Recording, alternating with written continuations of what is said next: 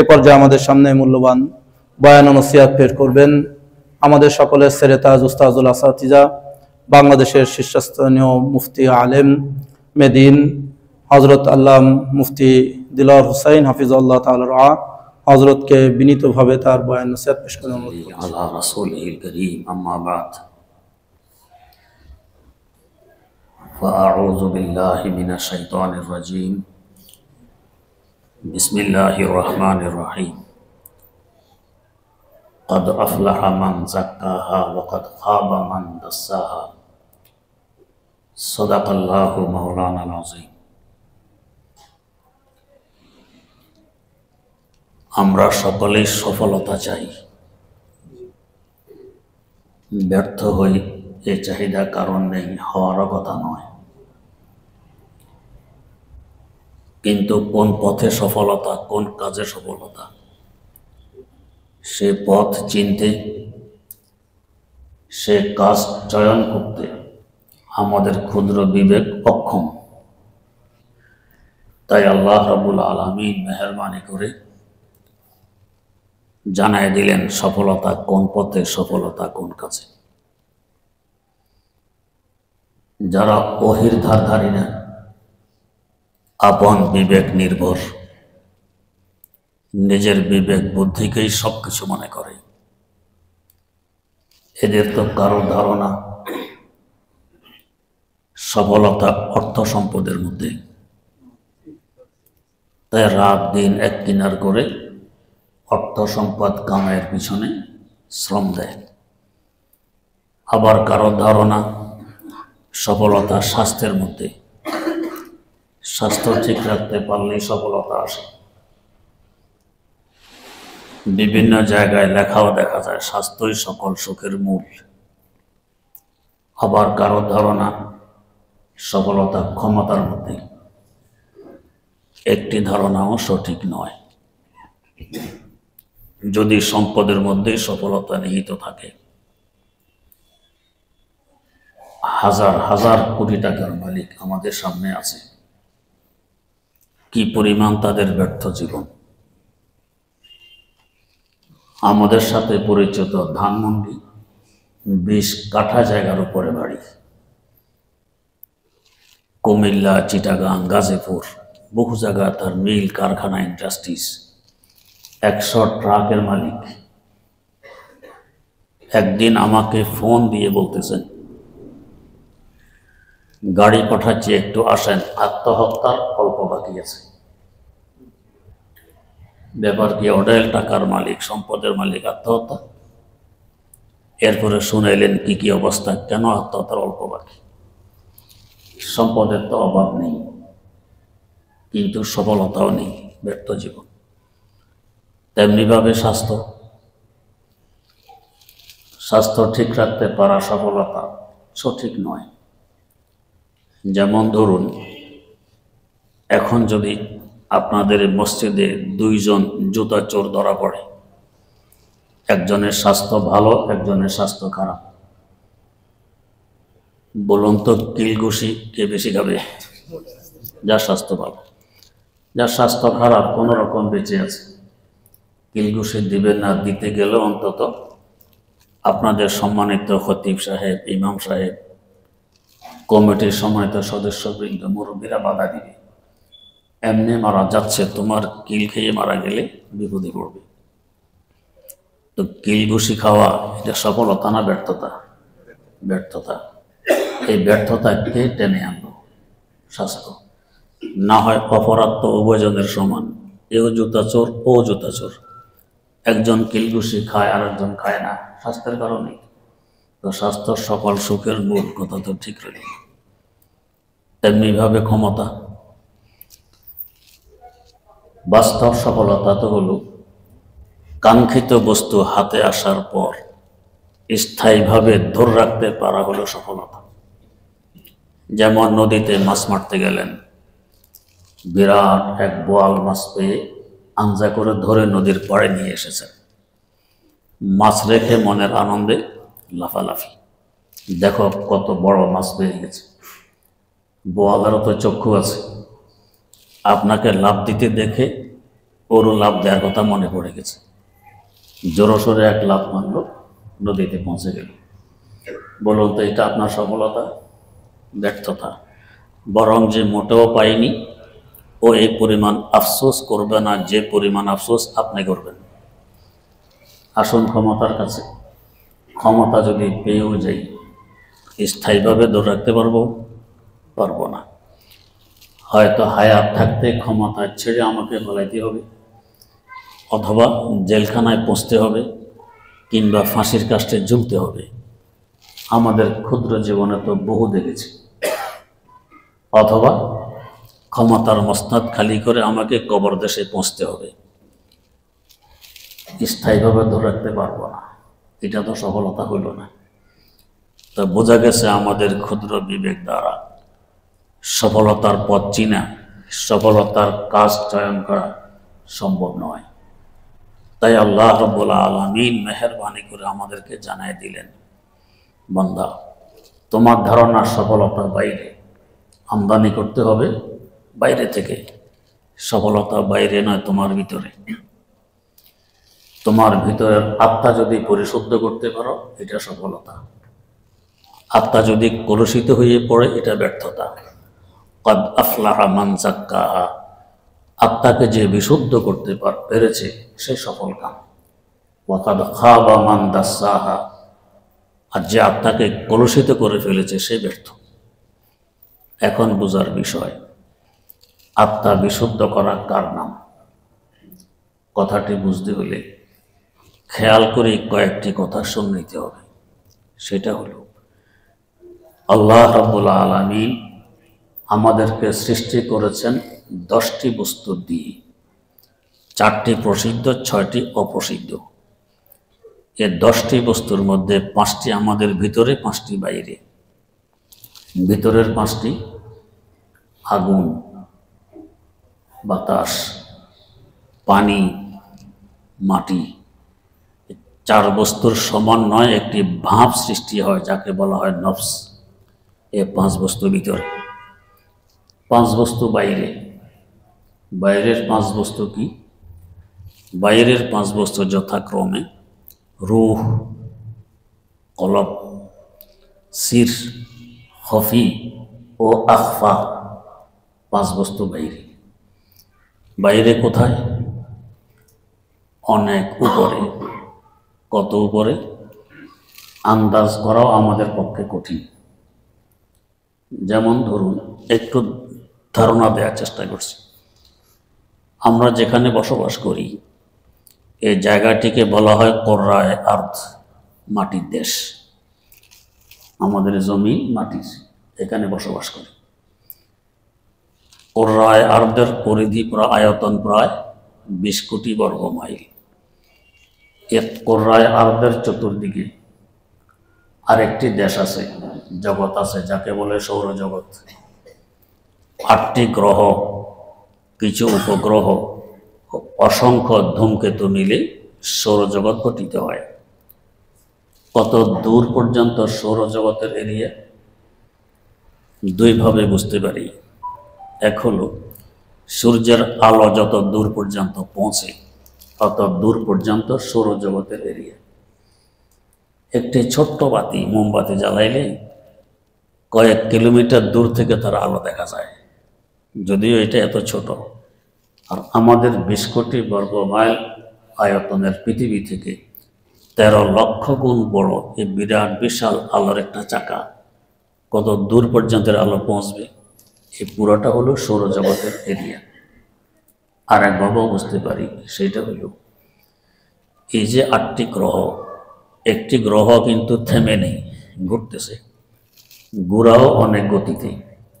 যেমন আমাদের পৃথিবী নামক গ্রহ সেকেন্ডে 20 কিলোমিটার গতিতে ঘুরে। এই 20 কিলোমিটারকে 60 দিয়ে গুণ দিলে মিনিটের গতি বের হবে। ওই গুণফলকে আবার 60 দিয়ে গুণ দিলে ঘন্টার গতি বের হবে। তাহলে কত দ্রুত ঘুরতেছে। এই দ্রুত ঘোরা অবস্থা যদি আরেকটি গ্রহের সাথে ধাক্কা লাগে, কেমন অ্যাক্সিডেন্ট হবে? গাড়ি ফুল স্পিডে চলা অবস্থায় অ্যাক্সিডেন্ট করলে মারাত্মক হয়, আস্তে আস্তে চলা অবস্থায় অ্যাক্সিডেন্ট করলে মেচামুচা হয়, এত মারাত্মক হয় না। এই গ্রহগুলো তো গাড়ি থেকেও আরো অনেক বেশি দ্রুত ঘুরতেছে, ধাক্কা লাগলে কিয়ামত কায়েম হয়ে যাবে। তাই আমার আল্লাহ এগুলোকে কাছেও আসতে দেন না, অনেক দূরে দূরে এগুলো ঘুরে। কত দূরে? তো পৃথিবীর সবচেয়ে কাছের গ্রহ মঙ্গল গ্রহ, এই গ্রহটিও পৃথিবী থেকে 8 কোটি কিলোমিটার দূর দিয়ে ঘুরে। গত 5-6 বছর আগে একবার কাছে এসে গিয়েছিল, তো পত্রিকায় দেখেছি 5 কোটি কিলোমিটার দূরে আছে, 3 কোটি কিলোমিটার কাছে এসে গেছে, আবার দূরে সরে গেছে। এটা পত্রিকায় লিখেছে গত 500 বছরে এত কাছে আর আসেনি। 8 কোটি কিলোমিটার দূর দিয়ে ঘুরে মঙ্গল গ্রহ সবচেয়ে কাছের গ্রহ, বাকিগুলো আরো দূরে। এত দূর দূর দিয়ে এই বড় বড় গ্রহগুলো ঘুরতেছে, কত বড় জায়গার প্রয়োজন। এই পুরোটা হলো সৌরজগৎ। এই সৌরজগতের চতুর্দিকে আরেকটি জগৎ আছে, যে জগৎকে বলা হয় গ্যালাক্সি। যারা মহাশূন্য নিয়ে গবেষণা করেন তারা বলেন 15,000 কোটিরও অধিক সৌরজগৎ মিলে একটি গ্যালাক্সি গঠিত হয়। এই সৌরজগৎগুলো একটি আরেকটির সাথে লেগে নেই। 2 সৌরজগতের মধ্যবর্তী দূরত্ব তারা মাপ দিয়ে বের করেছেন 33 লক্ষ আলোকবর্ষ। কি অর্থ? আলোর গতি সেকেন্ডে 3 লক্ষ কিলোমিটার, মাইল হিসাবে 1,86,000 মাইল, কিলোমিটার হিসাবে প্রায় 3 লক্ষ কিলোমিটার। তো সেকেন্ডে 3 লক্ষ কিলোমিটার গতিতে যদি আলো চলতে থাকে, তো সেকেন্ড নয়, মিনিট নয়, ঘন্টা নয়, দিন নয়, সপ্তাহ নয়, মাস নয়, বছর নয়, দীর্ঘ 33 লক্ষ বছর যাবৎ চলতে থাকলে যত দূর পর্যন্ত পৌঁছবে, একটি সৌরজগৎ থেকে আরেকটি সৌরজগৎ এত দূরে দূরে অবস্থান করে। এভাবে 15,000 কোটিরও অধিক সৌরজগৎ মিলে গ্যালাক্সি গঠিত হয়। চিন্তা করুন গ্যালাক্সিটি কত বড়। আবারে গ্যালাক্সির চতুর্দিকে আরেকটি জগৎ আছে, যে জগৎকে বলা হয় গ্যালাক্সি গুচ্ছ। 15,000 কোটিরও অধিক গ্যালাক্সি মিলে একটি গ্যালাক্সি গুচ্ছ গঠিত হয়। গ্যালাক্সির দূরত্ব সৌরজগতের তুলনায় আরো লক্ষ লক্ষ গুণ বেশি। তাহলে গ্যালাক্সি গুচ্ছ কত দূর পর্যন্ত, কত বড়। আবার এই গ্যালাক্সি গুচ্ছের চতুর্দিকে আরেকটি জগৎ আছে, যাকে বলা হয় মহাগ্যালাক্সি। 15,000 কোটিরও অধিক গ্যালাক্সি গুচ্ছ মিলে একটি মহাগ্যালাক্সি গঠিত হয়। গ্যালাক্সি গুচ্ছের দূরত্ব গ্যালাক্সির তুলনায় আরো কোটি কোটি গুণ বেশি। মহাগ্যালাক্সিটি কত বড় চিন্তা করুন, চতুর্দিকে বেষ্টনী দিয়ে আছে। বিজ্ঞানীরা আজ পর্যন্ত 15,000 কোটিরও অধিক মহাগ্যালাক্সি আবিষ্কার করে ফেলেছেন। কত দূর পর্যন্ত বিজ্ঞান পৌঁছে গেছে। এরপরেও ওরায় হাওয়া, বাতাসের জগৎ, বাতাসের দেশ, এটা শেষ সীমা কোথায় এখনো সেখান পর্যন্ত পৌঁছতে পারেনি। এরও বাইরে বাতাসের দেশ আছে। এই বাতাসের দেশের পরে, বাতাসের দেশের শেষ সীমা পর্যন্ত এখনো বিজ্ঞান পৌঁছতে পারেনি। মহাগ্যালাক্সি পর্যন্ত তো পৌঁছেছে, কত দূর পর্যন্ত পৌঁছে গেছে। এর বাইরে অসংখ্য অগণিত লক্ষ কোটি কিলোমিটার ব্যাপী সব কিছুকে বেষ্টনে দিয়ে আছে ফুটবলের ন্যায়, যাকে বলা হয় কোররায়ে জামহারির, ঠান্ডার দেশ। অসংখ্য অগণিত লক্ষ কোটি কিলোমিটার ব্যাপী শুধু ঠান্ডা ঠান্ডা, চতুর্দিকে বেষ্টনী দিয়ে আছে। এর বাইরে অসংখ্য অগণিত লক্ষ কোটি কিলোমিটার ব্যাপী বেষ্টনী দিয়ে আছে কোররায়ে নার, আগুনের দেশ, শুধু আগুন আর আগুন। এর অসংখ্য অগণিত লক্ষ কোটি কিলোমিটার উপর দিয়ে বেষ্টনে দিয়ে আছে প্রথম আকাশ। ফুটবলের ন্যায় সব কিছু প্রথম আকাশের পেটের ভিতরে। যেভাবে আমরা আকাশ উপরে দেখি, সামনে দেখি, পিছনে দেখি, ডানে দেখি, বাঁয়ে দেখি, এভাবে নিচেও আছে, চতুর্দিকে আকাশ। তাহলে আকাশটি কত বড় হবে চিন্তা করুন। দারেমি শরীফে হাদিস বর্ণিত, হযরত রাসূল আকরাম সাল্লাল্লাহু আলাইহি ওয়াসাল্লাম বলেন, আমাদের জমিন থেকে আকাশের দূরত্ব যে পরিমাণ, আকাশটি মোটাও এই পরিমাণ। তার মানে জমিন থেকে আকাশের পেট যে পরিমাণ দূরত্বে, আকাশের পিঠ এর থেকে দ্বিগুণ দূরত্বে। যে যেমন তার কাজও হয় তেমন। আমরা যদি একটি ঘর বানাই কত বড় হয়? যখন ছোট্ট ছিলাম বাচ্চারা ঘর বানায়, কত বড় বানায়? বাচ্চা বাচ্চা হিসাবে, আপনি মুরব্বী মুরব্বী হিসাবে। তো আল্লাহ রাব্বুল আলামিন যেমন, তার সৃষ্টিও তো তেমন। আকাশটি এত মোটা করে সৃষ্টি করেছেন, ভাঙার কোনো সম্ভাবনা আছে? কোনো খুঁটি তো আমরা দেখি না। হযরত শেখ ফরিদউদ্দিন আত্তার রহমতুল্লাহ আলাইহ পান্তে নামে আত্তারে লিখতেছেন, আজ-জমিনে কোশ করো ইয়া নদ গয়া, আজ-জমিনে কোশ করো ইয়া নদ গয়া, আসে মারা বেসুতু দারাদ নিগাহ। খুঁটিবিহীন আকাশকে ঝুলন্ত অবস্থায় রেখে দিয়েছেন। আমরা আমাদের মিরপুর 1 নম্বর আকবর মসজিদ সিঁড়ি দূরত্ব হলো 40 ফিট। এই 40 ফিটের মধ্যখানে কোনো খুঁটি নেই। ইঞ্জিনিয়ারের সিঁড়ির পুরো দিয়েছে 10 ইঞ্চি, এর উপরে হলো তাক 10 ইঞ্চি। কেন এত বেশি? খুঁটি নেই, খুঁটি কম, 40 ফিট দূরে খুঁটি, এই জন্য এত বেশি। ছাদের দূরত্ব পাশের দিকে দিয়েছে 8 ইঞ্চি। কেন? খুঁটি তো 40 ফিট দূরে দূরে, এই জন্য বেশি দিতে হবে। তো খুঁটি 40 ফিট দূরে, এই জন্য 10 ইঞ্চি। আর বিলকুল খুঁটি নেই, এত বিশাল আকাশে কেউ মোটা হওয়া দরকার। তাই জমিন থেকে আকাশের দূরত্ব যে পরিমাণ, আকাশটি মোটাও এই পরিমাণ। খুঁটির দরকার আছে নাই? কিন্তু বড় হিসাবে দরকার আছে। আমরা দেখি না খুঁটি, বাস্তবে খুঁটি আছে। কি খুঁটি? হাদিস শরীফে আছে, লা তাকুমু সাআতু হাত্তা ইউকালা ফিল আরদি আল্লাহ আল্লাহ। জমিনে যে পর্যন্ত একজন মানুষ আল্লাহ বিশ্বাসী থাকবে, আল্লাহ আল্লাহ বলনেওয়ালা থাকবে, এ পর্যন্ত জমিন থাকবে, আকাশ ভাঙবে না, জমিন নষ্ট হবে না। ওই লোকটা হইল খুঁটি। এটাকে বলে মানবিক খুঁটি, অদৃশ্য খুঁটি, আমরা দেখি না, কিন্তু সে হইল খুঁটি। যাই হোক, চুম্বক যে আকর্ষণ করে, কিছু বিকর্ষণ করে, দুই চুম্বকে একসাথে করে দেখেন, আপনি ঠেলা একসাথে করতে পারতেছেন না। কখনো পরীক্ষা করছেন কিনা? কিসে ঠেলা দিয়ে ধরে রাখে দেখি? কিছু দেখি না, কিন্তু আছে তো ঠেলা দিয়ে ধর, সেটা কি? চুম্বক। মিলাতেই পারতেছি না, এটা হলো চুম্বক। তো ঠিক এরকম আকাশের খুঁটি আমরা দেখি না, বাস্তবে ওই বন্ধা আকাশের খুঁটি যা আল্লাহ বিশ্বাসী, এ হলো আকাশের খুঁটি। এরপরে আবার এই পরিমাণ জায়গা ফাঁকা, তারপরে দ্বিতীয় আকাশ, ওই আকাশটিও ফাঁকা পরিমাণ মোটা। এই দ্বিতীয় আকাশটি এত দূর দিয়ে প্রথম আকাশকে ফুটবলের ন্যায় পেটের ভিতরে নিয়ে আছে। তো দ্বিতীয় আকাশের সামনে প্রথম আকাশকে তুলনা করলে একটি ধূলিকণার কোটি কোটি ভাগের 1 ভাগও মনে হবে না, এত ছোট। দ্বিতীয় আকাশটি আবার ফাঁকা পরিমাণ মোটা। এভাবে তৃতীয় আকাশ, চতুর্থ আকাশ, পঞ্চম আকাশ, ষষ্ঠ আকাশ, সপ্তম আকাশ। 7 নম্বর আকাশটি কত বড় হবে? এই 6টি বিরাট বিশাল আকাশ পেটের ভিতরে নিয়ে ঘুরতেছে। কত বড় 7 নম্বর আকাশটি! এরও অসংখ্য গণিত লক্ষ কোটি কিলোমিটার উপর দিয়ে বেষ্টনী দিয়ে আছে সিদরাতুল মুনতাহা। মুনতাহা মানে শেষ সীমা, নিম্ন জগতের উপরের দিকে শেষ সীমা, ঊর্ধ্ব জগতের নিচের দিকে শেষ সীমা। এদিক থেকেও শেষ, এদিক থেকেও শেষ, এই সিদরাতুল মুনতাহা। ফুটবলের না সব কিছুকে পেটের ভিতরে নিয়ে আছে সিদরাতুল মুনতাহা। নিম্ন জগৎটা কত দূর পর্যন্ত তার এরিয়া চিন্তা করুন। যে যেমন তার সৃষ্টিও তেমন, আল্লাহ যেমন মহান তার সৃষ্টিও তেমন বড়। সিদরাতুল মুনতাহার অসংখ্য অগণিত লক্ষ কোটি কিলোমিটার উপর দিয়ে বেষ্টনী দিয়ে আছে আমার আপনার বাপের বাড়ি, আদি বাসস্থান জান্নাত।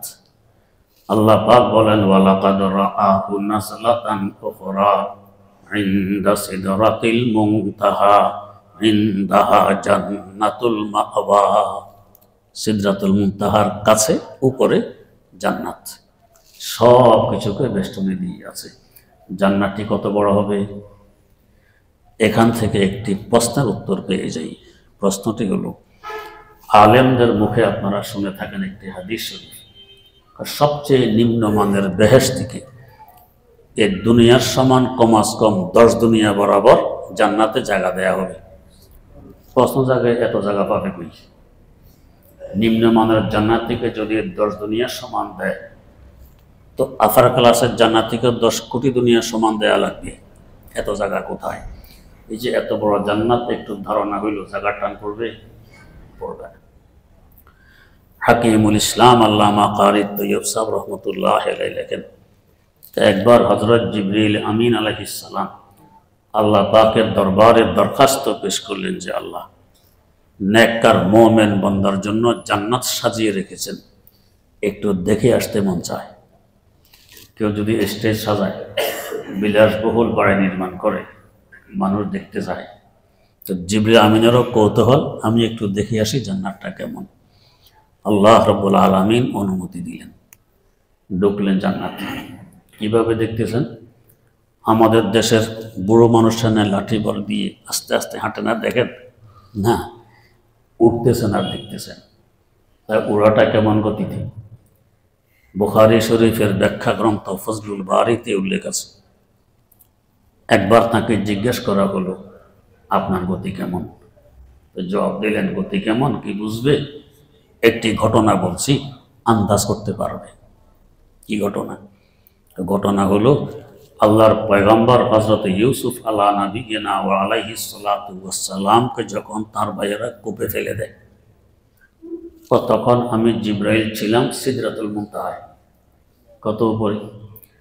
ফেলে দেওয়ার পরে আল্লাহ পাকের পক্ষ থেকে আদেশ আসলো, ও জিবরাইল, আমার পয়গম্বর ইউসুফকে তার ভাইয়েরা কূপে ফেলে দিয়েছে, তিনি পানিতে পৌঁছার আগে আগে তুমি গিয়ে তাকে তুলে ধরো।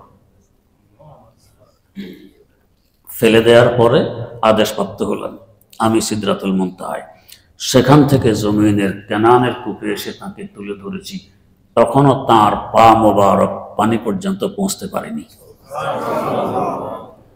একজন মানুষকে কূপে ফেলে দিলে পানি পর্যন্ত পৌঁছতে পৌঁছতে ঘন্টা 10 তো লাগার কথা,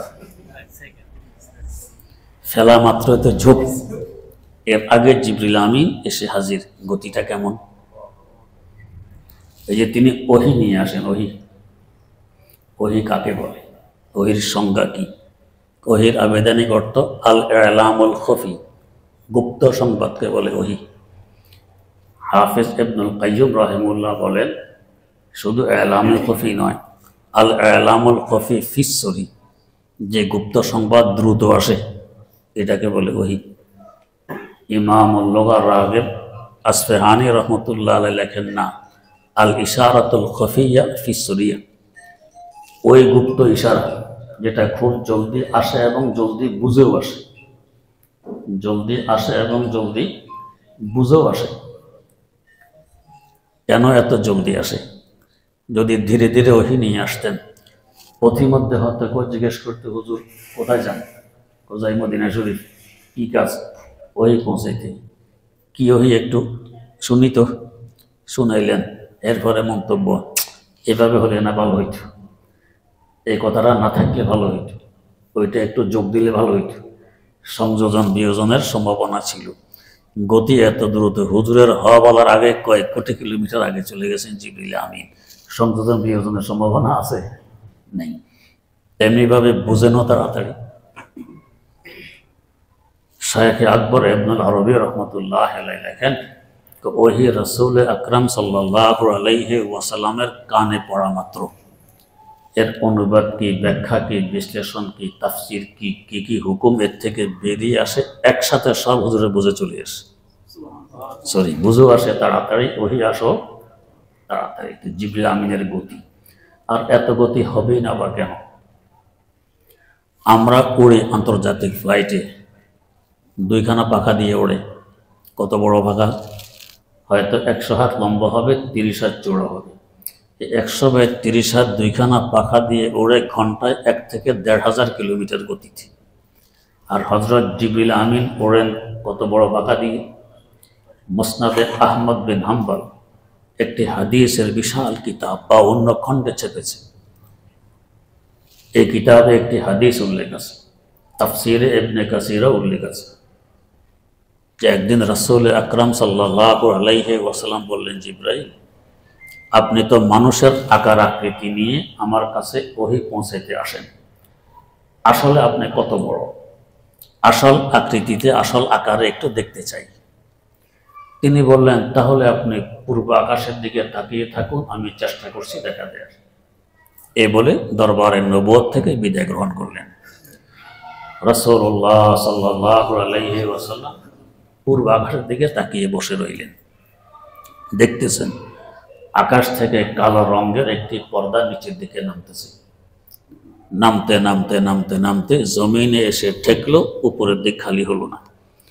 এভাবে আকাশ থেকে জমিন, দক্ষিণ মেরু থেকে উত্তর মেরু, পুরা খালি জায়গাটি ভরট হয়ে গেছে পর্দা দ্বারা। আবার পর্দাটি সরে যায়। একটু পরে দেখেন হযরত জিবরিল আমিন আলাইহিস সালাম আগের মানুষের আকার আকৃতি নিয়ে হুজুরের সামনে হাজির। বললেন, পূর্ব আকাশের দিকে তাকিয়ে থাকলে আসল আকারে দেখা দিবেন। কই, তাকিয়ে রইলাম, দেখা তো দিলেন না। বললেন, কিছুই দেখেননি? একটি পর্দা দেখেছি মাত্র। কেমন দেখেছেন? তো দেখেছি আকাশ থেকে নিচে নামলো, জমিনে এসে ঠেকলো, উপরের দিক খালি হলো না। এভাবে আকাশ থেকে জমিন, দক্ষিণ মেরু থেকে উত্তর মেরু, পুরা খালি জায়গাটি ভরট হয়ে গেছে পর্দা দ্বারা। কিছুক্ষণ পর আবার পর্দাটি সরে যায়। এই তো দেখলাম। হযরত জিবরিল আমিন বলেন, ও আল্লাহর রাসূল, এটি কোনো পর্দা ছিল না, ছিল আমি জিবরিলের একখানা পাখা। এই একটি পাখাকে আসল আকার দিয়ে নিচে নামাইলাম, এতে আকাশ থেকে জমিন, দক্ষিণ মেরু থেকে উত্তর মেরু, পুরা খালি জায়গাটি ভরট হয়ে গেছে। আল্লাহ রাব্বুল আলামিন এমন বিরাট বিশাল পাখা আমাকে দান করেছে মোট 600 খানা। বাকি 599টি পাখা কোথায় রাখবো সেই জায়গা তো আকাশের নিচে নেই। এমন বিরাট বিশাল 600 পাখা মেরে যিনি উড়বেন, তার উড়ার গতিটা কেমন হবে? এই গতিতে বেহেশতে উঠতেছেন, দেখতেছেন, উঠতেছেন, দেখতেছেন। কয়েক লক্ষ বছর উড়ার পর জিজ্ঞেস করতেছেন, আল্লাহ, বেহেশতের ওই কিনারা আর কত দূরে? এবার চিন্তা করুন, বেহেশত কত বড়। 10 দুনিয়ায় কেন, 10 কোটি দুনিয়া যদি এক একজনকে দিয়ে দেয়, জায়গা টান পড়বে? পড়বে না। এই চতুর্দিকে বেষ্টনে দিয়ে আছে বেহেশত।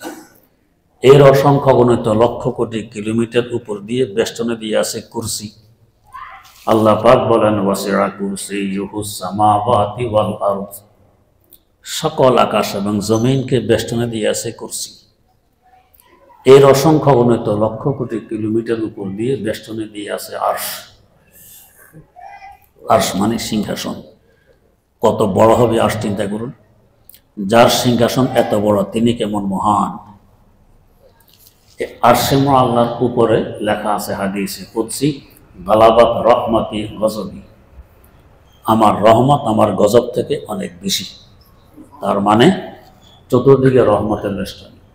আরশে মুআল্লার উপর দিয়ে রহমতের বেষ্টনী, চতুর্দিকে রহমত। আমাদের কাছেও আছে এক রহমতের কেন্দ্র। কে? রাহমাতুল লিল আলামিন সাল্লাল্লাহু আলাইহি ওয়াসাল্লাম। সর্বনিম্ন আমাদের কাছে এখানেও এক রহমতের কেন্দ্র, উপরে রহমতের বেষ্টনী, মধ্যখানে আমরা নাফরমানেরা। যদি দুই দিকে রহমতের বেষ্টনী না থাকতো, যে পরিমাণ নাফরমানিতে আমরা লিপ্ত, এক ফোঁটা পানি পাওয়ার উপযুক্ততা আমাদের আছে। বর্তমান বিশ্বে প্রায় 750 কোটির মতো মানুষ আমরা বসবাস করছি। এদের মধ্যে 200 কোটিরও কম মুসলমান, 550 কোটিরও বেশি হলো কাফের, মুশরিক, নাস্তিক, মুরতাদ। এই 200 কোটি মুসলমানের হিসাবে, আদমশুমারি হিসাবে তাসলিমা নাসরিনও তো আছে। বরং তাসলিমা নাসরিন পর্যন্ত যাওয়া লাগবে না, এমন মানুষ আমার সামনে আছে। দাড়িও আছে, টুপিও আছে, পাঞ্জাবি গায়ে দেয়, মসজিদে এসে জমাতে নামাজও পড়ে, ঈমান নেই। আমার কাছে এসে বলতেছে কোন এক ঘটনা নিয়ে, হুজুর এখন দুনিয়াটা চাই, আখিরাত পরে দেখা যাবে। বলুন তো ঈমান আছে? আখিরাতে পরে দেখবে, এখন দুনিয়া চাই, নামাজ তো পড়ে, দাড়ি টুপিও আছে, পাঞ্জাবি আছে, তো আছেই। তো হিসাব করলে এই 200 কোটির মধ্যে আসল ঈমানদার কয়জন? আর যে কজন ঈমানদার আছে এরা গুনাহ থেকে বাঁচি আমরা কয়জন? বলতে গেলে গোটা দুনিয়া গুনাহের অন্ধকারে নিমজ্জিত। নাফরমানি আর নাফরমানি অহরহ চলতেছে। এক ফোঁটা পানি পাওয়ার উপযুক্ততা আছে। এরপরে কেন পাই? 2 কারণে পাই। এক কারণ তো হইল এই সৃষ্টি জগতের পরিধি যা এখন একটু বুঝলেন, এটা পুরাটা হাদিসে আছে। আমার আল্লাহর দৃষ্টিতে মশা মাছের পাখা তুল্য নয়, আরো ছোট। যখন প্লেনে উপরে ওঠেন, আন্তর্জাতিক প্লেন 40,000 50,000 মিটার উপরে, নিচের দিকে তাকালে পৃথিবীকে কেমন দেখা যায়? এই ছোট্ট কোনো উল্লেখযোগ্য কিছু নেই, এরকমই তো দেখা যায়, মানুষ তো দেখাই যায় না। কি অবস্থা! আমার আল্লাহ যে এত উপরে, তার দৃষ্টিতে সৃষ্টি জগৎ কিছু আছে উল্লেখযোগ্য? কিছু নেই। আল্লাহ কানা ফিদ দুনিয়া ইনদাল্লাহি জানাহা বাউদাতিন মা সাকা কাফিরাম মিনহা শারবাতা মা। এই পুরা জগৎ যদি আমার আল্লাহর দৃষ্টিতে মশা মাছের পাকা তুল্য হইত, কাফেরকে এক ফোঁটা পানীয় পান করার অনুমতি দিতেন না। এটা এর থেকেও তুচ্ছ, তো কাফেরে খাইলে কি আর মোমেনে গেলে কি? আদিমে জমি সফরায়ে আমে উস্ত, আদিমে জমি সফরায়ে আমে উস্ত, চে দুশ্মন বরে খানায় আগমা চে দোস্ত। গ্রামগঞ্জে বড় বড় ভরে গেছে, রাত্রে কিছু বাদুড়ে খায় বড়ই, গাউয়া বড়ই, অর্ধেক খাওয়া জ্বরে পড়ে নিচে। আশেপাশের ছেলেরা এসে সকালে এগুলো কুড়িয়ে নিয়ে যায়। মালিক ডাক দেয় না, এগুলো গাউয়া ফাঁসা, নিলে কি না নিলে কি, আমার ছেলেদের জন্য তো ভালো ভালো বড়ে গাছ থেকে আমি সযত্নে পেড়ে রাখবো, এইটাই। তো কেন নিষেধ করো না? মালিকের দৃষ্টিতে এগুলো মূল্যহীন, মূল্য নেই। তো কাফের মুশরিকও খায়, মুসলমান মোমেনও খায়, কেন? আমার আল্লাহর দৃষ্টিতে কোনো মূল্য নেই। এই দুশ্মনে খাইলে কি, দোস্তে খাইলে কি, কিছু আসে আর যায় না। এই তো এক কারণ। আর এক কারণ হলো এখানে রহমত, ওইখানে রহমত, দুই দিকে রহমত, মধ্যখানে আমরা। রহমতের বরকতে এত নাফরমানির পরেও আমাদের থাকা, খাওয়া, পড়া, সুখ, শান্তি, রিজিক সব কিছু চলতেছে, আল্লাহ পাক দিয়ে যাচ্ছেন। আল্লাহর এক ওলি বলেছিলেন, আয় রব তো কারিমি ও রাসূলে তো কারিমি, আয় রব তো কারিমি ও রাসূলে তো কারিমি, সদ শুকরকে হাসতে মুমিয়ানে দো কারিমি, সদ শুকরকে হাসতে মুমিয়ানে দো কারিমি। আল্লাহ, তুমি এক মেহেরবান খোদা, তোমার হাবিব সাল্লাল্লাহু আলাইহি ওয়াসাল্লাম আর এক মেহেরবান রাসূল। দুই মেহেরবানের মধ্যখানে আমি গুনাহগার, আশাবাদী, ফেলে দিবে না, ক্ষমা পাবো। যারা নিষ্ঠুরেরা তাড়িয়ে দেয়, তুমি তো মেহেরবান, তুমি তো সত্তার, তুমি গাফফার, তুমি আমাদের দোষত্রুটি ঢেকে রাখো, তুমি ক্ষমাশীল। তোমার হাবিব আরেক মেহেরবান, উনি সুপারিশকারী, আশাবাদী, ফেলে দিবে না। আল্লামা হালি মুসাদ্দাসের মধ্যে মুনাজাত লিখেছেন, हमने कहा बद है तेरा खैर है तुम्हारे, हमने कहा बद है तेरा खैर है तुम्हारे, निस्बत बहुत अच्छी है मगर हाल बुरा है, निस्बत बहुत अच्छी है मगर हाल बुरा है। আল্লাহ, আমি নেককার হই আর বদকার হই, আমার সম্বন্ধ বড় ঊর্ধ্বের। তোমার দিকে তাকাইলে আমি তোমার বান্দা, তোমার হাবিব সাল্লাল্লাহু আলাইহি ওয়াসাল্লামের দিকে তাকাইলে আমি তার উম্মত। সম্বন্ধ ঊর্ধ্বে। প্রধানমন্ত্রীর পিএস সম্বন্ধ ঊর্ধ্বের, কি পাওয়ার! মাঝে মাঝে মন্ত্রী থেকে কত বেশি দেখায়। তা আল্লাহ আমার সম্বন্ধ ঊর্ধ্বের, তাই আমি আশাবাদী, ফেলে দিবে না, রহমতের দুয়ারে টেনে ধরবে।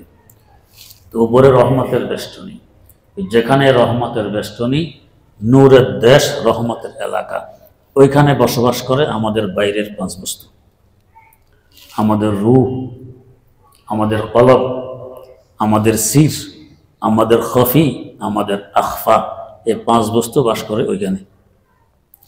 এক কলব ভিতরেও আছে। কোরআন ও হাদিসে যে কলবের আলোচনা, এটা এইটা নয়, এটা উপরেরটা, ভিতরেরটা নয়, উপরেরটা। এরা রহমতের দেশে, নূরের দেশে বসবাস করে। তার মানে আমাদের সম্পর্ক দুই দিকের, নূরের দেশের পাঁচ বস্তুর সাথে, খাকের দেশের, মাটির দেশের এই পাঁচ বস্তুর সাথে। আখলাকে মোহসিনী ফার্সি ভাষার একটি সুন্দর কিতাব। এই কিতাবে লেখা আছে, আজমালা এক বাহারাদারি ওয়াজবাহাই মিজুহাম, আজমালা এক বাহারাদারি ওয়াজবাহাই মিজুহাম, বগজারাজ এজে বাহায়েন কিজমালা এক বগজারি। বান্দা, তোমার সম্পর্ক তো দুই দিকের। হাইওয়ান জানোয়ারের সাথেও আছে, যে পাঁচ বস্তু আমার ভিতরে, এই পাঁচ বস্তু গরু ছাগলের মধ্যে আছে। ওদের মধ্যে আগুন আছে, ওদের মধ্যেও বাতাস আছে, ওদের মধ্যেও পানি আছে, ওদের মধ্যেও মাটি আছে, ওদের মধ্যেও নফস আছে, 5 বস্তু ওদের মধ্যেও আছে, আমার মধ্যেও আছে। উপরের যে 5 বস্তু ওদের মধ্যে নেই, এটা একমাত্র আমার। এটা মানুষের বৈশিষ্ট্য, এটা ফেরেশতার মধ্যেও নেই। যদি এই হাইওয়ান জানোয়ারের সম্পর্ক বর্জন করে ওই নূরের সাথে সম্পর্ক গড়ে তুলতে পারো, ফেরেশতা থেকে তোমার মর্যাদা লক্ষ কোটি গুণ বেড়ে যাবে। ফেরেশতারা আফসোস করবে এর মতো মানুষ কেন হতে পারলাম না। এই শেরের সাথে মিল রেখে আমার আর একটা শের, ওয়ারসাওয়াদ খাসালাত তোরা মিসলে বাহাইম আয় বাশার, ওয়ারসাওয়াদ খাসালাত তোরা মিসলে বাহাইম আয় বাশার, খার আজ হায়ওয়ান সবি হিজে মালায়েক বগজারি, খার আজ হায়ওয়ান সবি হিজে মালায়েক বগজারি। আর যদি নূরের সাথে সম্পর্ক গড়ে তুলতে না পারি, খাকার এই মাটির সাথে সম্পর্ক, 5 বস্তুর সাথে এটা নিয়ে ঘুরি, তাহলে হায়ওয়ান জানোয়ার থেকেও আমি পরিণত হবো আরো নিকৃষ্টতম। কেন? ভালো কিছু নষ্ট হলে বেশি নষ্ট হয়, খারাপ কিছু নষ্ট হলে এত নষ্ট হয় না। গরু ছাগল কি খায়? ঘাস, ভুসি, খড়। এত দামি না। আমরা কি খাই? কাচ্চি, বিরিয়ানি, কালিয়া, কোপ্তা, পোলাও, কোরমা, কত দামি দামি। এক এক প্লেট খাবার 1000 টাকাও ব্যয় করতে হয় এক এক প্লেটের জন্য। ধনী এলাকায় গেলে এক এক প্লেট 1000 টাকা। গরু ছাগল কম দামি, খারাপ বস্তু খায়, খাওয়ার পরে একদিন পরে বেরিয়ে আসে, আমরা বলি গোবর। নিজ হাতে ধরে গাছের গোড়ায় ব্যবহার করি, ক্ষেত খামারে ব্যবহার করি, আবার রোদ্রে শুকিয়ে ভাত তরকারিও পাকাই আগুনে দিয়ে। এত বিল লাগে গোবর দেখলে? লাগে না। আমাদের এত দামি বস্তু এক প্লেট 1000 টাকা। এটা আমাদের পেটে যাওয়ার পর যখন বেরিয়ে আসে, এটার নাম কি হয়? বলতেও তো গিন লাগে, বলতেও গিন লাগে। বেশিরভাগ ব্যবহার করার সাথে সে গু, শুনতেও গিন, টাকার মতো যায় না। গন্ধ তো পরের কথা। কি অবস্থা, কেন এত খারাপ হইল? বেশি ভালো ছিল। বেশি ভালো কিছু নষ্ট হলে বেশি নষ্ট হয়। এখন যদি এই গরু ছাগলের বসিও বিক্রি হয়, খড়ও বিক্রি হয়, ঘাসও বিক্রি হয়, গোবরও বিক্রি হয়। গোবর খরিদ করে ক্ষেত খামারে দেয়, গোবর বিক্রি হয়। আমাদেরটা যে জনাব গতকালকে এটা 1 প্লেট ছিল 1000, আজকে 50 টাকা দিলে চলবে, নিয়ে যান। নেবেন নি? কেউ নেবেন না। এত খারাপ কেন হইল? বেশি ভালো ছিল। ভাত যদি নষ্ট হয়, পানি দিয়ে ধুয়ে লবণ কাঁচামরিচ দিয়ে, অনেকে বলে আরো বেশি স্বাদ লাগে, খুব খায়। আর বিরিয়ানি নষ্ট হইলে, বিরিয়ানি পায়খানার যে গন্ধ, এরকম গন্ধ। সাবান শ্যাম্পু দিয়ে ধুইল, এটা খেতে পারবে না। কেন? দামি ছিল তো। আমরা তো আশরাফুল মাখলুকাত, দামি ছিলাম, নষ্ট হয়ে গেছি। উপরের 5 বছর সাথে সম্পর্ক রাখতে পারিনি, তাই হাইওয়ান জানোয়ার থেকেও নিকৃষ্ট। আমার কথা না, আমার আল্লাহর কথা। উলাইকা কাল আনআমি বাল হুম আদাল। হাইওয়ান জানোয়ার, চতুষ্পদ জন্তু থেকে এর আরো নিকৃষ্ট।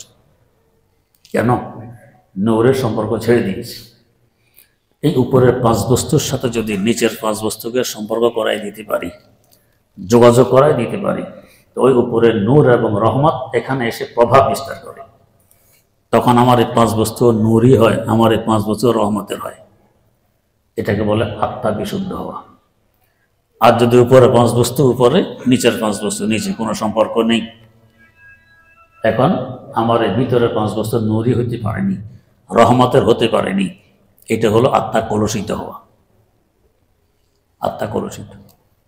প্রশ্ন করুন, হুজুর এত উপরে যে বর্ণনা দিলেন আরশে মালার উপরে, ওইখানের সাথে এত নিচের 5 বস্তুর সম্পর্ক হবে কিভাবে? এত দূরত্ব। সূর্য আমাদের থেকে কত দূরে? 9,30,00,000 মাইল দূরে। ছাদের নিচে কি সূর্যের রৌদ্র ঢোকে? ঢোকে না। একখানা আয়না যদি বাইরে সূর্যের মুখোমুখি করে ফোকাস ছাদের নিচে ফেলতে চান, পারবেন কি না? পারবেন। আকাশের সূর্যের দিকে যেমন তাকানো যায় না, আয়নার ভিতরে সূর্যের দিকে তাকানো যায়? এটাও যায় না।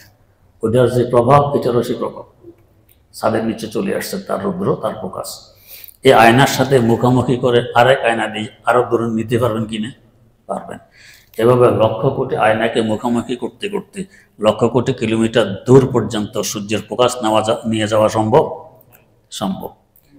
তো যদি একখানা আয়নার মাধ্যমে এই সূর্যের আলোকে লক্ষ কোটি কিলোমিটার দূরে নিয়ে যাওয়া সম্ভব হয়, আয়না থেকে আয়না, আয়না থেকে আয়না, আরশে মাওলার উপর এই পাঁচ বস্তু যেটা নূরের দেশে বসবাস করে, রহমতের দেশে বসবাস করে, তার থেকেও নূর আর রহমত এনে এই পাঁচ বস্তুর সাথে যোগাযোগ করা দেওয়া সম্ভব হয় কলবের মাধ্যমে। আল্লাহ রাব্বুল আলামিন আয়না পাঠায় দিয়েছেন, সেটা হলো রাসূলুল্লাহ সাল্লাল্লাহু আলাইহি ওয়াসাল্লামের কলব মুবারক। এটার মাধ্যমে উপরের পাঁচ বস্তুর নূর আর রহমত এসে গেছে এখানে। তার কলবের মুখোমুখি সোয়া লক্ষ সাহাবায়ে কেরাম রাদিয়াল্লাহু তাআলা আনহুমের কলব, এরাও হয়ে গেছে নূর আর রহমতওয়ালা মানুষ। এমন মানুষ তো নবীদের পরে আকাশে কখনো দেখেনি, জমিনও দেখেনি, আর দেখবেও না, এত পুত পবিত্র। আমার শেখ ও মুর্শিদ শাইখুল ইসলাম আল্লামা তাকি ওসমানী দামাত বারকাতুহুর মুখে শুনেছি। এখন মদিনা শরীফের মসজিদটি যত বড়, একসাথে 7 লক্ষ মুসল্লি নামাজ পড়তে পারে। কত বড় চিন্তা করুন। হযরত বলেন, ওই সময়ের মূল মদিনার বস্তি এটা, সাহাবা কেরামের বাসস্থান এটাই ছিল। এই পুত পবিত্র জমাতের পদদলির বরকতে তাদের পুরো বস্তিকে আল্লাহ পাক পবিত্র মসজিদ বানিয়ে দিয়েছেন। এখানে সেজদা সংগঠিত হবে, জগতের সবচেয়ে দামি কাজ সেজদা। এখানে গুনাহ সংগঠিত হবে না। কেমন জমাট! আর ওদের কলবের সাথে মুখোমুখি করতে পারছেন তাবেঈনরা, তারা হয়ে গেছে ওরকম আলোকিত মানুষ। এইভাবে আস্তে আস্তে বুজুর্গানে দ্বীন, বিজ্ঞ আলেমদের কলবের মাধ্যমে ওই রহমত আর নূর আমাদের কাছে এসে পৌঁছেছে। এখন যদি আমি এমন কোন একজন বিজ্ঞ আলেম আল্লাহ আল্লাহর কলবের সাথে আমার কলবকে মিলাইতে পারি, ওই অসংখ্য অগণিত লক্ষ কোটি কিলোমিটার উপর থেকে, আরশে মাওলার উপর থেকে ওই 5 বস্তুর সংযোগ ভিতরে 5 বস্তুর সাথে হয়ে যাওয়া সম্ভব। তাই বুজুর্গান দিলবানে রবতে দারি सीना राबा सीना ए रबते चुंबा आयना ए बा आयना ए रबते चुंबा आयना ए बा आयना ए। এক আয়নার সাথে আরেক আয়নার সংযোগের মাধ্যমে যদি লক্ষ কোটি কিলোমিটার দূরে সূর্যের প্রকাশ নিয়ে যাওয়া যায়, এই এক আয়না মার্কার কলবের মাধ্যমে কলবের সাথে কলব, কলবের সাথে কলব মিলিয়ে আরশে মাওলার উপরে নূর আর রহমত আমার মধ্যে আমি আনতে পারি। যখন মুখোমুখি হবে ওখানে নূর আর রহমত আমার কলবে আসবে, তো বুঝবো এখন আমার আত্মাটা বিশুদ্ধ। আলামত কি, চিহ্ন কি? চিহ্ন হইল এক সময় গান শুনতে ভালো লাগে, এখন তেলাওয়াত শুনতে ভালো লাগে। এক সময় বাদ্য শুনতে ভালো লাগে, এখন ওয়াজ শুনতে ভালো লাগে। এক সময় সিনেমা হলে ঢুকতে ভালো লাগতো, এখন মসজিদে ঢুকতে ভালো লাগে। এক সময় নাজায়েজ পথে চলতাম, এখন জায়েজ পথে চলতে ভালো লাগে। আগে নামাজ পড়তে কষ্ট লাগতো, এখন নামাজ পড়তে ভালো লাগে। আগে সুন্নত তরিকা চলতে পারতাম না, এখন সুন্নত তরিকা চলতে গেলে মজা লাগে, স্বাদ লাগে। गुनाहों की आदत छोड़ा दे खुदाया, इबादत की लज्जत चखा दे खुदाया, इबादत की लज्जत चखा दे खुदाया। আগে ইবাদত করতে আসলে বিরক্তি বোধ হইত, এখন বিরক্তি বোধ হয় না, চাই আরো লম্বা করি, ইবাদত আরো বেশি বেশি করি, এখন মজা লাগে, স্বাদ লাগে, বুঝলো আমার আত্মা বিশুদ্ধ।